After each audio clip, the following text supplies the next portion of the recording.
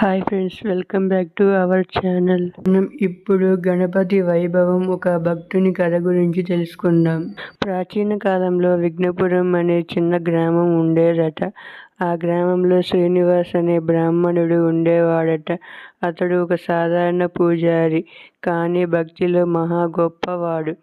ప్రతిరోజు ఉదయం లేవగానే మొదట గణపతిని పూజించి ఆలయానికి వెళ్ళేవాడు.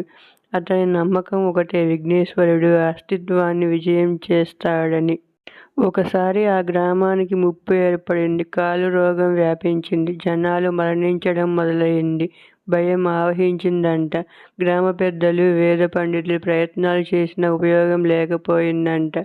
అప్పుడే శ్రీనివాస్ రాత్రంతా గణపతిని ధ్యానం చేశాడు. ఎక్కడ ఉన్నావని ప్రార్థించాడు. గణపతి, మా గ్రామాన్ని కాపాడు, నీ దయతో మాకు జీవం ఇవ్వు అని అడిగాడంట. ఆ రాత్రి అతనికి కలలో గణేశుడు దర్శనమిచ్చాడంట. నీవు ఒక విఘ్నేశ్వర హోమం నిర్వహించు.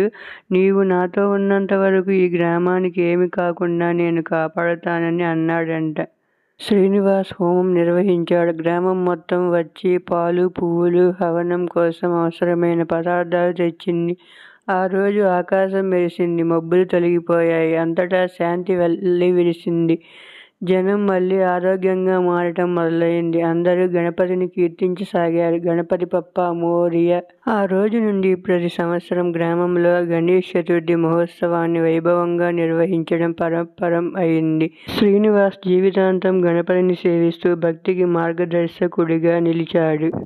ఈ కథ ద్వారా చెప్పదలుచుకున్న సందేశం, భక్తితో శ్రద్ధతో చేసిన పూజ ఎప్పటికీ వృధా కాదు. గణపతి మన జీవితంలో విఘ్నాలను తొలగించి విజయ మార్గం చూపిస్తాడు.